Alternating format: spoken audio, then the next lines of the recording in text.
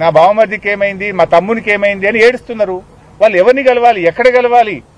కనీసం ఒక control room పెట్టరా? ఒక ఇద్దరు తహసీల్దార్లను కూర్చోబెట్టే బాధ్యత లేదా మీకు?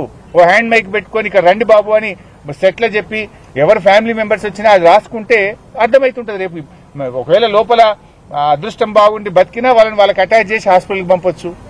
ఇంకా బాధ కలిగేది ఏంటంటే ఈ చిన్న చిన్న ప్రైమరీ కేర్ హాస్పిటల్లో జాయిన్ చేసినారు. జరిగిందేమో బాంబ్ బ్లాస్ట్. 60-70% పైగా కాలి ఉన్నారు. అసలు మనిషి 30% పైగా కాలుతేనే లైఫ్ ఈజ్ ఇన్ డేంజర్. వాళ్ళని ఎక్కడ చేర్చాలి?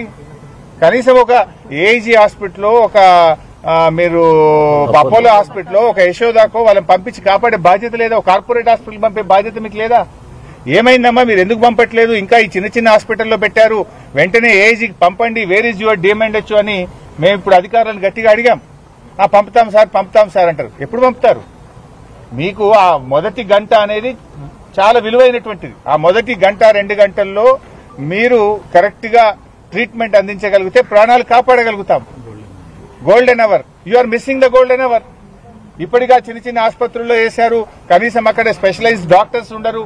వాళ్ళని ముఖ్యమైన కార్పొరేట్ హాస్పిటల్ పంపించి వాళ్ళ ప్రాణాలు కాపాడే బాధ్యత ప్రభుత్వానికి, యాజమాన్యానికి లేదా? అంటే పూర్తిగా బాధ్యత రహిత్యం. వాళ్ళను మంచి ఆసుపత్రికి పంపడంలో ఫెయిల్ అయిపోయారు. వాళ్ళకు కనీసం సమాచారం అందించడంలో ప్రభుత్వం ఫెయిల్ అయిపోయింది. ఎంతమంది డ్యూటీలో ఉన్నారంటే చెప్పే పరిస్థితి లేదు, ఎంతమంది మరణించారంటే చెప్పే పరిస్థితి లేదు, ఎంతమంది బయటకు వచ్చారంటే చెప్పే పరిస్థితి లేదు. అంతా గందరగోళమైన పరిస్థితి.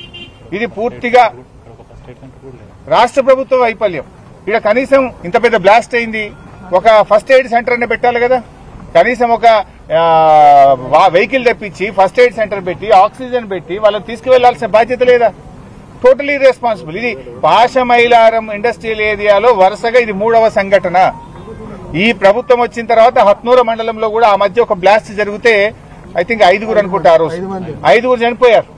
5 చనిపోతే ఆ రోజు కూడా ప్రభుత్వం పట్టించుకోలేదు. మరి ఏం వరుసగా బ్లాస్ట్లు జరిగి ఇంతమంది మరణిస్తా ఉంటే ఈ ప్రభుత్వానికి ఒక బాధ్యత లేదా? Is it not your responsibility to take care?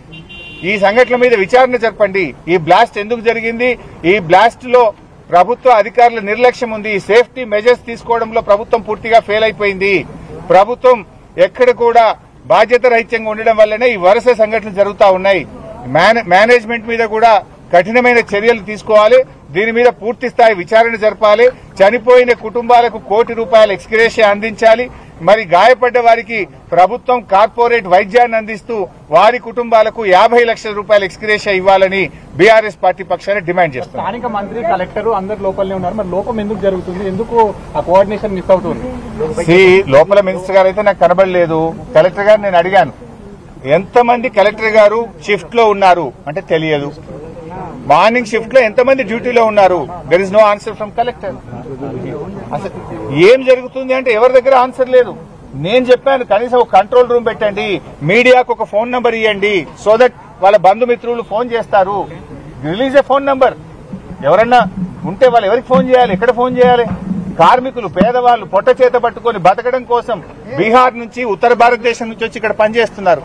వాళ్ళు ఎంత ఆందోళనలో ఉంటారు, వాళ్ళకి ఎంత టెన్షన్ ఉంటుంది, వాళ్ళు ఏ నంబర్కి మాట్లాడాలి, వాళ్ళు ఇక్కడ రావాలంటే ఎన్ని గంటలు పడుతుంది? ఒక నంబర్ను డిక్లేర్ చేస్తే మీడియాలో వస్తే వారి బంధుమిత్రులు దేశంలో ఎక్కడున్నా, హైదరాబాద్ లో ఉన్నా, ఇక్కడ పనిచేసే వాళ్ళైనా ఆ నంబర్కి ఫోన్ చేసి మాట్లాడగలుగుతారు.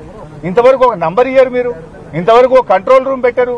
ఇంత మేజర్ ఇన్సిడెంట్ జరిగితే గవర్నమెంట్ ఏం చేస్తున్నట్టు? అంటే ఈడ వచ్చి నిలబడడం కాదు కదా, సహాయక చర్యల్లో ముమ్మరంగా జరగాలి. తీవ్రంగా గాయపడ్డ వాళ్ళను కార్పొరేట్ ఆసుపత్రికి తీసుకుపోవాలి, అది జరగదు. కంట్రోల్ రూమ్ పెట్టరు, ఒక ఫోన్ నంబర్ ఇయ్యరు.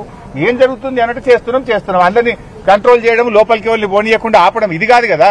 You have to save the lives, you have to enquire the matter.